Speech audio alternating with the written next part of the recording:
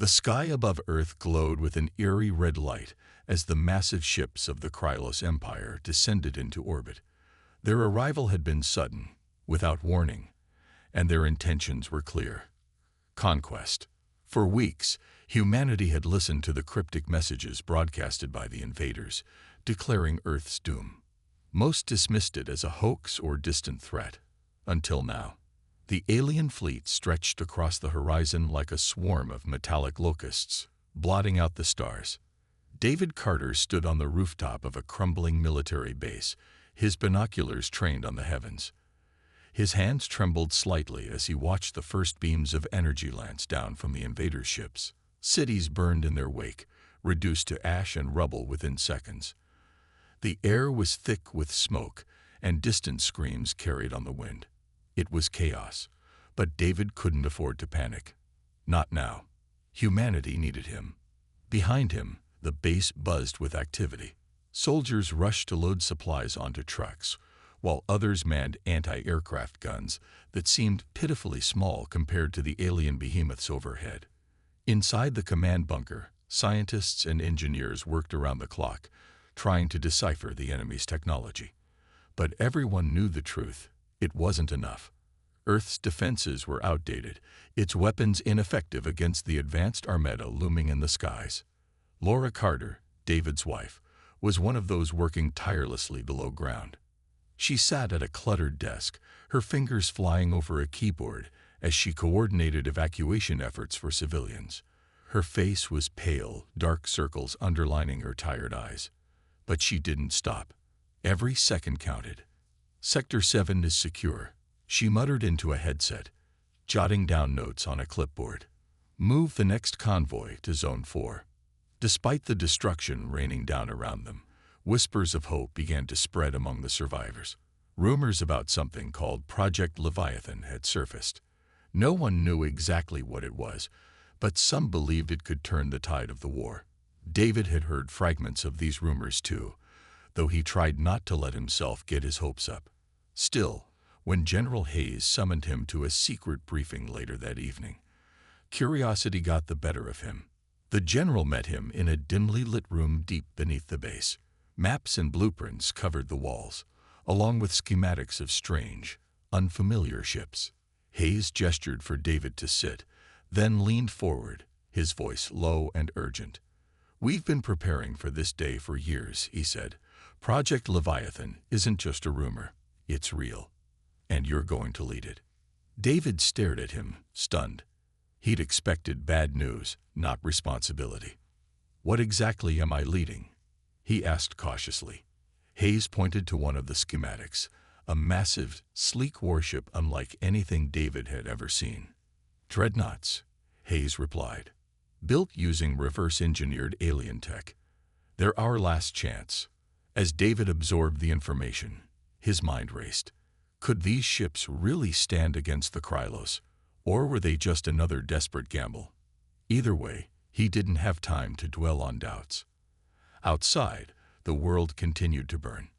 If there was any hope left, it lay in those dreadnoughts, and in the people brave enough to pilot them. When David returned to the surface, the night sky was ablaze with fire. He clenched his fists, resolve hardening in his chest. The Krylos thought they had already won, but Earth still had a few surprises left. David stood in the heart of the secret command center, his eyes scanning the rows of monitors displaying live feeds from across the planet. The screens flickered with images of destruction, burning cities, fleeing civilians, and crumbling defenses. But amidst the chaos, there was a glimmer of hope.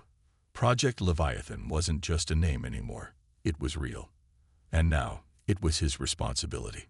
General Hayes gestured toward a massive holographic display showing the schematics of two colossal ships, the Erebus and the Aegis. "These are our first two dreadnoughts," he explained, his voice steady despite the weight of the situation. "They're faster, stronger, and more advanced than anything we've ever built, but they need skilled hands to operate them." David nodded slowly, his mind racing. He'd spent years strategizing for conventional warfare, but this was something entirely different. These ships weren't just weapons. They were humanity's last stand. Beside him, Captain Rachel Monroe crossed her arms, her sharp gaze fixed on the hologram. She had a reputation for being fearless and unconventional, qualities David knew would be essential if they were going to pull this off. "The Krylos think we're beaten," Rachel said, breaking the silence. "We can use that to our advantage. Hit them hard and fast before they realize what's coming." Hayes agreed.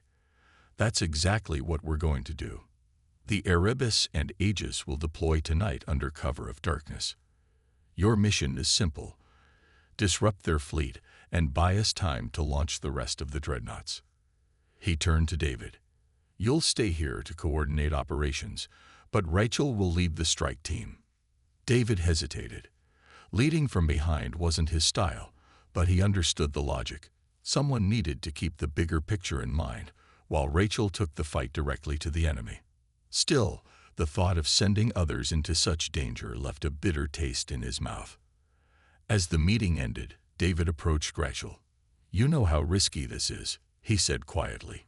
"If anything goes wrong—" "It won't," she interrupted, her tone firm but not unkind. "We don't have the luxury of doubt, David. This isn't just about winning. It's about survival." Later that evening, the crew gathered at the launch site. Lieutenant James Cole, a seasoned pilot with a calm demeanor, gave a quick pep talk to his squadron. Nearby, Engineer Samantha Lee double-checked the systems aboard the Erebus, her fingers moving deftly over control panels. Everyone knew the stakes, and no one spoke unnecessarily. There was a quiet determination in the air, a shared understanding that failure wasn't an option. When the countdown began, David watched from the observation deck as the massive ships roared to life. Their engines lit up the night sky, casting long shadows across the desolate landscape. For a moment, the sight filled him with awe and fear. These machines were humanity's greatest achievement, but they were also its final gamble. As the Erebus and Aegis ascended into the heavens, disappearing into the clouds, David clenched his fists. He couldn't shake the feeling that he was sending people to their deaths. But deep down, he also knew that every sacrifice made tonight might save billions tomorrow. The Krylos had underestimated Earth, and now they were about to learn just how dangerous that mistake could be. Back inside the command center, Laura joined him, her expression grim but resolute. "They'll make it," she said softly, placing a hand on his arm. "They have to." David didn't respond. He simply stared at the monitors, watching as the Dreadnoughts slipped past the Krylos blockade undetected. The battle hadn't even begun yet, but already the tension was suffocating. Whatever happened next would change everything, for better or worse. The two Dreadnoughts, Erebus and Aegis, moved silently through the darkness of space. Their stealth systems masked their presence from the Krylos fleet, which loomed like a swarm of mechanical predators above Earth. Lieutenant James Cole sat in the pilot's seat of the Erebus, his hand steady on the controls. Beside him, Engineer Samantha Lee monitored the ship's systems, her eyes scanning the readouts for any sign of trouble. The tension in the cockpit was thick, but no one spoke. They didn't need to. Everyone knew what was at stake. Captain Rachel Monroe led the mission from the bridge of the Aegis. Her voice crackled over the comms as she addressed both crews.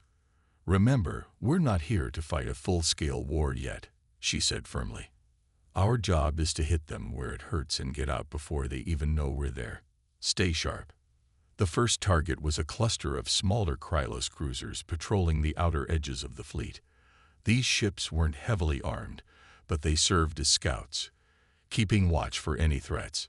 If they spotted the Dreadnoughts, the entire operation would fall apart. Rachel gave the order to engage, and the crew sprang into action. James guided the Erebus closer to one of the cruisers, its sleek hull glinting faintly in the light of distant stars. The Dreadnought's weapons charged silently, ready to strike. With a single command, James unleashed a barrage of plasma torpedoes. The cruiser exploded in a brilliant flash, its wreckage drifting away into the void. The other ships nearby were slow to react, confused by the sudden attack. It bought the humans precious seconds. On the Aegis, Rachel directed her crew to target another cruiser. The ship's advanced targeting system locked onto the enemy vessel with pinpoint accuracy. When the shot fired, it tore through the cruiser's hull like paper. Alarms blared across the Krylos fleet as more ships scrambled to respond, but the Dreadnoughts were already moving to their next targets. Samantha's voice broke the silence aboard the Erebus. "We've got company," she warned, pointing to a group of Krylos fighters closing in fast. James cursed under his breath and swung the ship into a tight, evasive maneuver. The fighters unleashed a volley of energy blasts, but the Erebus shields absorbed most of the impact. "Return fire," James barked. The Erebus turrets swiveled into position, unleashing a storm of missiles that obliterated half the incoming fighters. The rest scattered, giving the Dreadnoughts room to regroup. Meanwhile, Rachel noticed something odd about the Krylos response. "They're disorganized," she muttered to herself, "almost like they don't know what we are." She realized then that the aliens had never expected Earth to fight back, let alone with technology this advanced. It was a dangerous arrogance, and it might just be their undoing. As the Dreadnoughts continued their assault, destroying several more cruisers and scattering the remaining fighters, the Krylos fleet descended into chaos. Communications between the alien ships grew frantic, their commanders struggling to make sense of the ambush. For the first time since the invasion began, humanity had seized the upper hand. Back on Earth, David Carter watched the battle unfold on the monitors in the command center. His heart raced as he saw the success of the Dreadnoughts, but he forced himself to stay focused. This was only the beginning. The real test would come when the Krylos recovered and launched a counterattack. Laura approached him, her face pale but determined. "They're doing it," she whispered. "They're actually doing it." David nodded, though his expression remained grim. "For now," he replied. "But this isn't over. Not by a long shot." In the cold depths of space, Rachel leaned back in her chair, allowing herself a brief moment of satisfaction. The Dreadnoughts had proven themselves. Humanity wasn't defeated, not yet, but as she stared at the vast alien fleet still hovering above Earth, she knew the hardest battles were yet to come. Back on Earth, the initial success of the Dreadnoughts brought a flicker of hope to the battered remnants of humanity. But even in moments of triumph, cracks began to show. In an emergency council meeting held deep underground, tensions flared as leaders debated the next steps. Senator Michael Brooks, a tall man with sharp features and a voice that carried authority, stood at the center of the room. His face was red with frustration as he slammed his fist on the table. "This is madness," he shouted, glaring at David Carter. "We're throwing lives away on these so-called miracles. The Krylos are too powerful. It's only a matter of time before they crush us completely. We need to negotiate surrender while we still can." David clenched his jaw, fighting to keep his temper in check. He had heard enough of Brooks' defeatist attitude over the past few days. "Negotiate," he shot back, his voice low but firm. "They've already destroyed half our planet. Do you really think they'll stop if we roll over? Surrender isn't an option. It's a death sentence." Brooks sneered, leaning forward. "And what do you propose instead? Keep throwing ships at them until there's nothing left. Your little toys may have won a skirmish, but they won't win a war." Before David could respond, Captain Rachel Monroe stepped into the room. She had returned from the mission aboard the Aegis to deliver a status report, but the heated argument caught her attention. Her sharp eyes darted between David and Brooks, sensing the underlying tension. Something about Brooks' demeanor didn't sit right with her. "Senator," Rachel said coolly, addressing Brooks directly, "we didn't just win a skirmish. We struck a blow that shook their entire fleet. They're confused, disorganized. If we press our advantage." Brooks interrupted, his tone dripping with sarcasm. "With what? 2 ships. Against an armada that could wipe us out in minutes. You're dreaming if you think this changes anything." Rachel frowned, studying him closely. There was something off about his words, almost rehearsed. And then it clicked. Over the past week, the Krylos seemed to anticipate every move Earth made, no matter how secretive. Leaks. Someone was feeding them information. Her gaze hardened as she realized who it might be. "I think you know more than you're letting on, Senator," Rachel said, her voice cutting through the room like a blade. All eyes turned to her, including Brooks, whose expression shifted from anger to unease. How did the Krylos know exactly where to strike first? How did they find our evacuation route so quickly? Brooks sputtered, taking a step back. "That's absurd. You're accusing me of treason based on wild guesses." "It's not a guess," Rachel countered, pulling a data tablet from her pocket. She tapped a few commands and turned the screen toward the group. On it was a series of intercepted transmissions, encrypted messages sent from Earth to the Krylos fleet. The metadata traced the source back to Brooks' personal terminal. Gasps rippled through the room as the evidence sunk in. You set us up," David said, his voice trembling with rage. "You sold us out." Brooks' composure shattered. He stammered, trying to defend himself, but the truth was undeniable. General Hayes stepped forward, his face grim. "Take him into custody," he ordered, motioning to the guards stationed outside. As Brooks was dragged away, screaming protests, the room fell silent. Rachel exhaled sharply, her mind racing. The betrayal cut deeper than she expected. Lives had been lost because of Brooks' greed and cowardice, but there was no time to dwell on it. The Krylos would soon recover from the chaos caused by the Dreadnoughts. Humanity needed to act fast, or risk losing everything. David approached Rachel, his expression heavy with both relief and sorrow. "Thank you for uncovering this," he said quietly. "But now we have to make sure it doesn't happen again. Trust is a luxury we can't afford anymore." With Brooks exposed and taken away, the mood in the command center shifted. The betrayal had left a bitter taste, but it also fueled a renewed sense of purpose. Humanity couldn't afford to falter, not now, not when the Dreadnoughts had proven they could strike back. David Carter stood at the head of the room, staring at a holographic map of the Krylos fleet. His mind worked furiously, piecing together the next move. "We've hit their smaller ships," he said, addressing the group. "But that's not enough. We need to take out their flagship, the Dread Sovereign. It's the heart of their fleet. If we can disable it, the rest of their forces will fall into disarray." Rachel Monroe nodded, her sharp eyes scanning the map. "It won't be easy," she admitted. "The Sovereign is heavily guarded, but if we hit it hard and fast, we might stand a chance." General Hayes stepped forward, his voice steady. "We're deploying the rest of the Dreadnoughts. The Colossus is ready, along with 2 others, Titan and Leviathan. They'll join the Erebus and Aegis for the final push." He turned to Rachel. "You'll lead the attack on the Sovereign. David, you stay here and coordinate from Earth." David hesitated. He wanted to be out there, fighting alongside the crew, but he knew Hayes was right. Someone needed to keep the bigger picture in mind. Still, the weight of responsibility pressed down on him. He glanced at Laura, who gave him a small, reassuring nod. Her presence grounded him, reminding him why this fight mattered.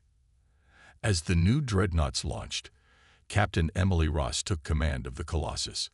She was a no-nonsense leader with a reputation for getting results, and her crew respected her deeply. Aboard the Titan, Lieutenant Marcus Hale prepared his team for combat, while the Leviathan fell under the capable hands of Commander Lisa Park. Together, the 5 ships formed a formidable armada, unlike anything humanity had ever assembled. Rachel addressed the fleet over the comms. "This is it," she said, her voice firm but calm. "The Krylos think they've already won. Let's show them how wrong they are. Stick to the plan, and trust your training. We do this together." The Dreadnoughts moved as one, slipping through the chaos of the Krylos fleet. Their advanced stealth systems kept them hidden until the last possible moment. Then, with precision timing, they unleashed a barrage of attacks on the enemy escorts surrounding the Dread Sovereign. Plasma torpedoes and energy beams tore through the alien ships, scattering their formations. On the Erebus, James Cole guided the ship through a hail of enemy fire, his jaw tight with focus. Samantha Lee worked tirelessly to keep the shield stable, her fingers flying over the controls. Nearby, the Colossus roared into action, its massive cannons obliterating a cruiser that tried to block its path. Emily's voice crackled over the comms, fierce and determined. "Stay close, everyone. We're almost there." The Dread Sovereign loomed ahead, its size dwarfing the Dreadnoughts. Its surface bristled with weapons, and its engines glowed like angry suns. Rachel knew this would be the hardest fight yet, but she also knew they couldn't back down. Not now. "Prepare boarding parties," she ordered. "We're going in." Her words sent a ripple of tension through the fleet. Boarding an enemy ship was risky, especially one as large and well-defended as the Sovereign. But Rachel had a plan. While the Dreadnoughts kept the Krylos fleet occupied, she would lead a team onto the flagship to disable its weapons systems from within. As the battle raged around them, Rachel gathered her team. Corporal Daniel Price checked his gear, his face set with determination. "Let's finish this," he said simply. Rachel met his gaze, then looked at the others. "For Earth," she said, her voice filled with quiet resolve. They didn't cheer or shout. There was no need. Every person aboard the Dreadnoughts understood what was at stake. This wasn't just about survival. It was about proving that humanity wouldn't go down without a fight. The battle raged across the void of space, a chaotic dance of fire and steel. The Dreadnoughts moved with precision, their sleek forms weaving through the wreckage of destroyed Krylos ships. The Erebus led the charge, its cannons roaring as it cleared a path toward the Dread Sovereign. Behind it, the Colossus, Titan, and Leviathan followed, their combined firepower tearing through the enemy escorts like paper. Rachel watched from the bridge of the Aegis, her eyes locked on the massive flagship looming ahead. It was heavily armored, its surface scared but still intact despite the relentless assault. Smaller Krylos fighters swarmed around it, trying to fend off the human ships. Rachel clenched her fists, her mind racing. They were close, so close, but every second counted. If they didn't disable the Sovereign soon, the Krylos would regroup and crush them. "Keep pushing," she shouted over the comms. "We can't let up now." On the Erebus, James Cole gritted his teeth as he dodged another volley of energy blasts. The ship shuddered under the impact, and alarms blared in the cockpit. Samantha Lee worked furiously to stabilize the shields, her face pale with concentration. "Shields are at 40%, she called out. "We can't take much more of this." "Just a little longer," James muttered, guiding the ship into another evasive maneuver. He lined up a shot on a nearby cruiser and fired, watching as the enemy vessel exploded in a burst of light. But for every ship they destroyed, two more seemed to take its place. The Krylos weren't giving up easily. Meanwhile, aboard the Colossus, Emily Ross barked orders to her crew. "Target their engines. We need to slow them down." The ship's massive cannons roared again, sending a wave of plasma torpedoes slamming into the Sovereign's defenses. The flagship's shields flickered but held firm. It was a beast of a ship, designed to withstand even the fiercest attacks. Back on Earth, David Carter paced the command center, his eyes glued to the monitors. The battle was unfolding exactly as planned, but the cost was mounting. Ships on both sides were being destroyed, and the human fleet couldn't afford to lose many more. Laura stood beside him, her hands clasped tightly together. "They're holding their own," she said softly, though her voice betrayed her worry. "They have to," David replied, his tone grim. "If they fail, we're finished." As the Dreadnoughts continued their assault, Rachel gave the order for the boarding party to move. She led the team herself, knowing the risks but unwilling to ask others to do what she wouldn't. Corporal Daniel Price and a small squad of soldiers joined her, each carrying specialized equipment to breach the Sovereign's hull. Their shuttle detached from the Aegis and streaked toward the flagship, dodging enemy fire along the way. The moment they landed, chaos erupted. Krylos soldiers poured into the corridor, their weapons blazing. Rachel and her team returned fire, their movements sharp and coordinated. Daniel tossed a grenade into the fray, the explosion clearing a path forward. "Move," Rachel shouted, leading the charge deeper into the ship. Inside the Sovereign, the air was thick with smoke and the acrid smell of burning metal. The walls hummed with energy, and strange alien symbols glowed faintly on control panels. Rachel's team fought their way through one barricade after another, inching closer to the flagship's bridge. Along the way, they encountered enslaved humans, prisoners forced to serve the Krylos. Rachel hesitated for only a moment before making a decision. "Free them," she ordered. "We'll need their help." The prisoners, once freed, rallied to the cause. Some grabbed weapons from fallen Krylos soldiers, while others guided Rachel's team through the labyrinthine corridors. Together, they pushed forward, determination burning in their hearts. On the outside, the Dreadnoughts continued their relentless assault, drawing the Krylos' attention away from the boarding party. The Titan took heavy damage, its shields failing under concentrated fire, but Marcus Hale refused to retreat. "Hold steady," he yelled to his crew. "We're not done yet." Finally, Rachel's team reached the bridge. The doors were sealed, guarded by a squad of elite Krylos warriors. Rachel exchanged a glance with Daniel, then nodded. "This is it," she said quietly. With a final surge of courage, they charged forward, ready to face whatever lay beyond. The fate of humanity rested on their shoulders, and they weren't about to fail. Rachel tightened her grip on her weapon as she and her team approached the sealed doors of the Dread Sovereign's bridge. The Krylos guards stood in a tight formation, their weapons aimed at the intruders. The air was thick with tension, broken only by the faint hum of the ship's systems. Rachel didn't hesitate. She gave the signal, and her team sprang into action.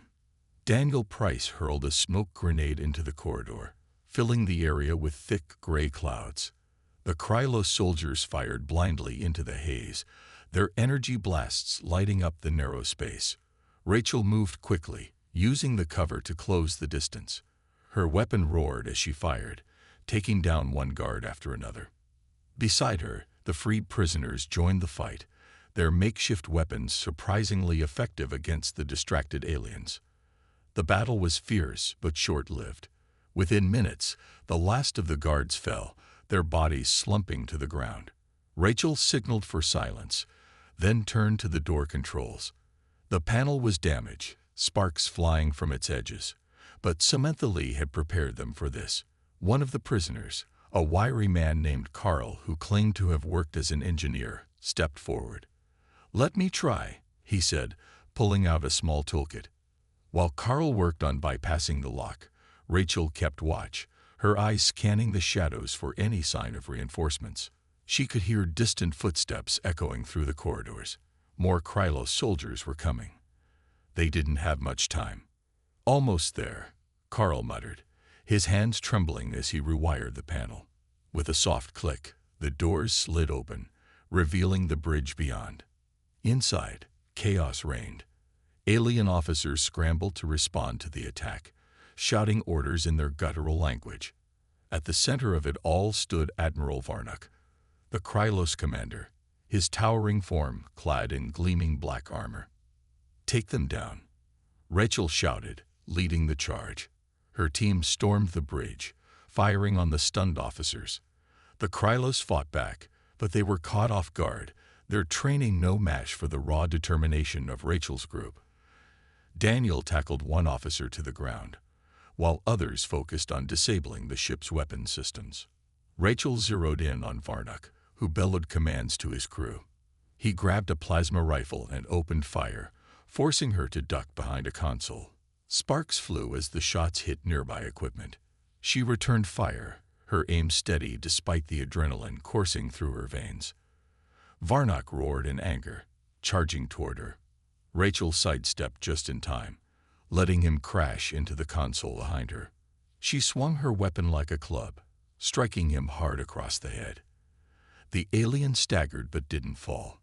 "You should have stayed on your planet," Varnock snarled, his voice distorted by his helmet. "And you should have left us alone," Rachel shot back, kicking him hard in the chest. He stumbled backward, giving her enough time to raise her weapon and fire point blank. The blast sent him crashing to the floor, unmoving. With Varnock down, the remaining Krylos officers surrendered. Rachel turned to Carl, who was already working on the main control panel. "Can you disable their weapons?" she asked. "I think so," he replied, his fingers racing over the unfamiliar interface. "Just give me a minute." Outside, the Dreadnoughts continued to hold their own, though the cost was mounting. The Titan's shields failed entirely, forcing Marcus Hale to pull back. On the Erebus, James Cole gritted his teeth as he dodged another wave of enemy fire. "We can't keep this up forever," he yelled to Samantha, who was frantically rerouting power to keep the ship operational. Back on Earth, David Carter watched the monitors, his heart pounding as reports came in. The boarding party had reached the bridge, but the Krylos fleet was regrouping. Reinforcements were closing in fast. "Hold on," he whispered, gripping the edge of the console. "Just a little longer." Finally, Carl let out a triumphant shout. "Got it. Their weapons are offline."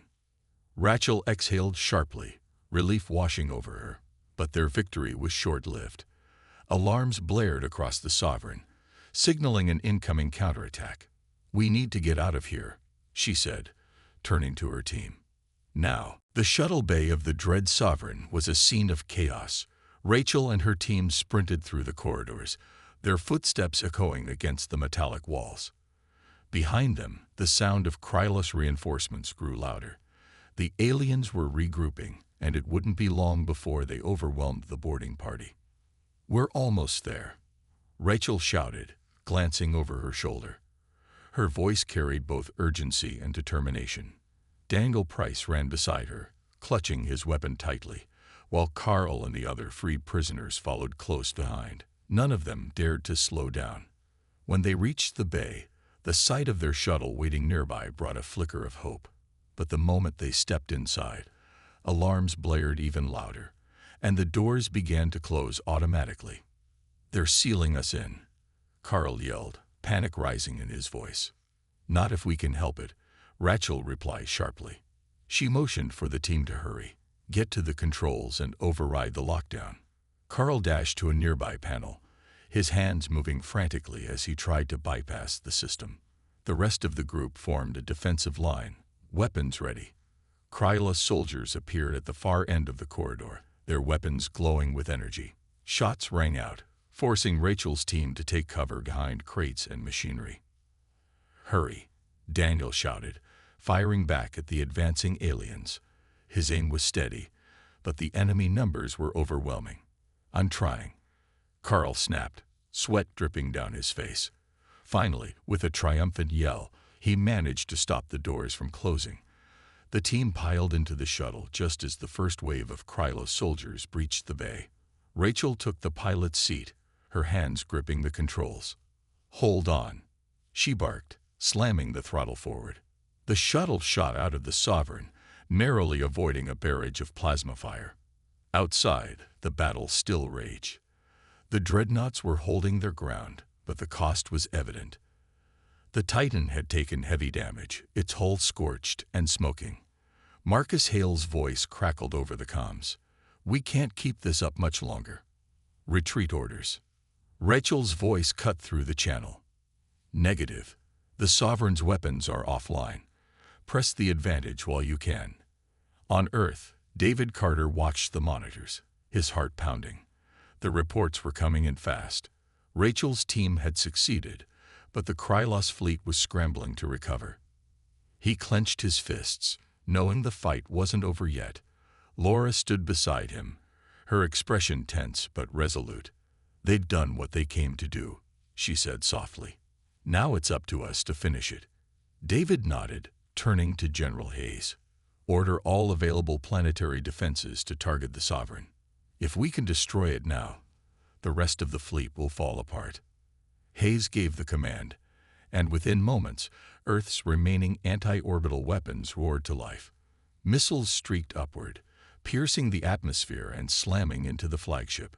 The dread Sovereign shuddered under the assault, its weakened state making it vulnerable. Explosions rippled across its surface, lighting up the darkness of space. Admiral Varnock, though injured, staggered to his feet on the bridge. His crew was in disarray, shouting frantic warnings about the incoming attacks. Realizing defeat was inevitable, Varnock barked a single order: retreat. All ships, fall back to rearm. The Krylos fleet, once so confident, began to withdraw. Ships turned away from Earth, their engines flaring as they fled into the void. The Dreadnoughts pursued them briefly, ensuring they kept their distance, but the focus shifted to securing the planet. As the last of the alien ships disappeared from view, an uneasy silence settled over the battlefield. The Erebus and the other Dreadnoughts regrouped, their crews battered but alive. James Cole leaned back in his seat, exhaustion etched on his face. Samantha Lee let out a shaky breath. "We did it," she whispered, her voice trembling with relief. Back on Earth, David exhaled deeply, the weight of the past hours finally lifting. But he knew better than to celebrate too soon. The Krylos weren't gone. They'd only retreated. Humanity had won a battle, not the war. Laura placed a hand on his shoulder. "We survived," she said quietly. "That's more than anyone expected." David nodded, staring at the screens showing the damaged planet below. Cities lay in ruins, millions were displaced, but hope remained. Earth had proven it could fight back, and when the Krylos returned, humanity would be ready. The aftermath of the battle left Earth scared but alive. Smoke still rose from the ruins of cities, and the skies were streaked with ash. Yet amidst the devastation, there was a quiet resilience. Survivors began to emerge from shelters, their faces weary but determined. The Krylos had been driven back, and for the first time in weeks, people dared to believe they might have a future. David Carter stood on the edge of what used to be a bustling city square, now reduced to rubble. His hands were shoved deep into his pockets as he watched teams of workers sift through the debris, searching for survivors and recovering bodies. Laura walked up beside him, her arms crossed against the cool breeze.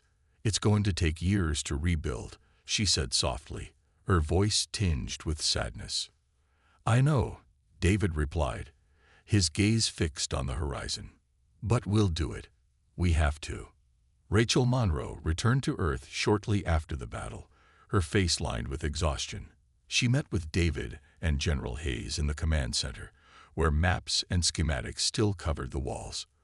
Rachel's uniform was torn and stained, but her eyes burned with resolve. "We hit them hard," she said, sitting down at the table. "But they'll come back. And next time, they'll be ready for us." Hayes nodded grimly. "Which is why we need to prepare. The Dreadnoughts proved their worth, but we can't rely on them alone. We need more ships, better defenses, and stronger alliances." David leaned forward, resting his elbows on the table.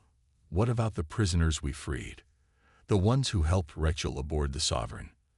"They're already being debriefed," Rachel answered.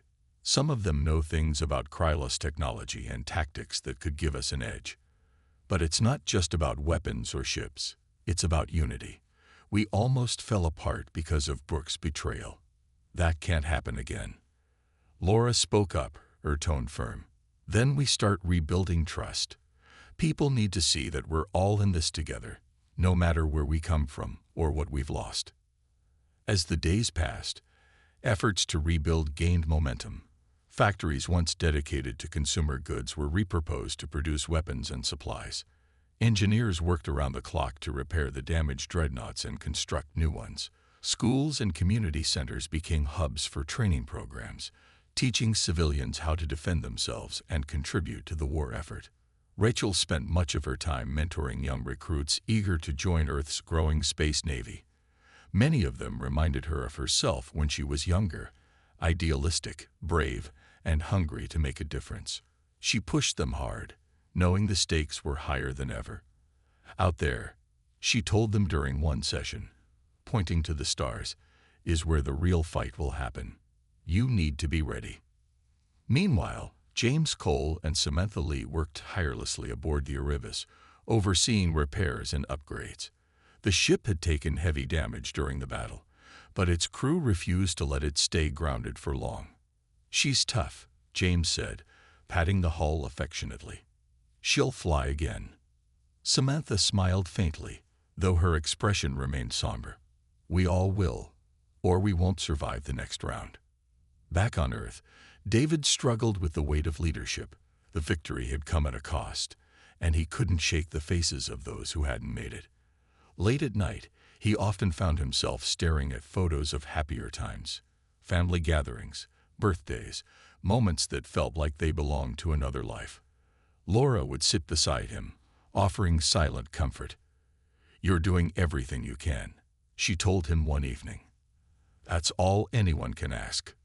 David nodded, though doubt lingered in his mind. Humanity had proven it could fight back, but the road ahead was uncertain. The Krylos fleet had retreated, but they weren't defeated. Somewhere out there, beyond the stars, they were regrouping, planning their next move. For now, though, Earth stood united. The Dreadnoughts loomed in orbit like sentinels, a reminder of what humanity could achieve when it fought as one. The scars of war ran deep, but so did the determination to endure. Whatever came next, Earth would face it, not with fear, but with hope. Months passed, and Earth began to heal. The scars of war were still visible: crumbled buildings, empty streets, and fields marked by craters. But life found a way to push forward. People worked together, rebuilding homes, planting crops, and caring for the injured. It wasn't easy, but every brick laid and every seed planted was a step toward a brighter future. Humanity had survived its darkest hour, and now it was determined to rise stronger. David Carter stood on a hill overlooking what had once been a thriving city. Construction crews buzzed below, their tools clanging as they worked to restore what had been lost. Laura joined him, holding 2 cups of coffee. She handed one to him and stood silently at his side. "It's coming along," she said after a moment, her voice soft but steady. "It is," David replied, taking the sip. "But we can't let ourselves forget how close we came to losing everything." Laura nodded. "We won't. Not as long as we keep remembering why we fought." In orbit, the Dreadnoughts stood guard, their sleek forms glinting in the sunlight. The Erebus, Aegis, and Colossus had been repaired and upgraded, while new ships like the Guardian and Phoenix joined their ranks. Engineers worked tirelessly to improve the fleet, incorporating lessons learned from the battle with the Krylos. James Cole and Samantha Lee remained aboard the Erebus, ensuring it was ready for whatever came next. Their bond had grown stronger through shared hardship, and they often joked that the ship felt more like home than Earth ever could. Rachel Monroe spent her days training recruits, her sharp eyes watching every move they made. She pushed them hard, knowing the stakes of the next fight would be even higher. But she also took time to listen, offering guidance when needed. Many looked up to her not just as a leader, but as a symbol of hope. "The Krylos underestimated us once," she told a group of cadets during a training session. "They won't make that mistake again. Neither will we." Back on Earth, scientists pored over data recovered from the Dread Sovereign. The information gave humanity insights into Krylos technology, tactics, and weaknesses. Factories churned out advanced weapons and defenses based on these discoveries, preparing for the inevitable return of the invaders.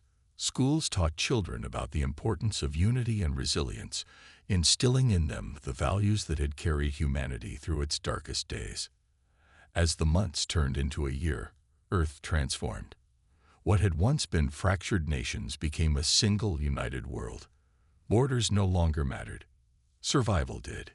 Communities worked together, sharing resources and knowledge.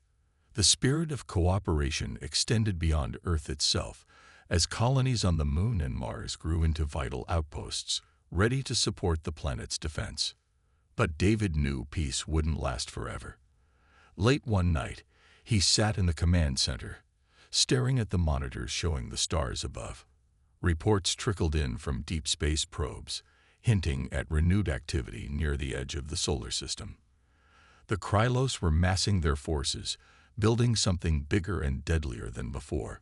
He clenched his fists but kept his expression calm. Humanity had proven it could fight and win, but the real test was yet to come. Laura entered the room, her footsteps quiet. She placed a hand on his shoulder. Thinking about them. David nodded. They'll be back. And when they come, it'll be worse than last time. But we'll be ready, Laura said firmly. We've got better ships, better weapons, and most importantly, better people. We've already faced the worst they could throw at us. Whatever happens next, we'll handle it, together. David smiled faintly, feeling a spark of hope despite the looming threat. Earth had changed. Humanity had changed. Where once there had been division, there was now unity. Where once there had been fear, there was now determination. Out in the vastness of space, the Dreadnoughts floated silently, their weapons primed and their crews vigilant.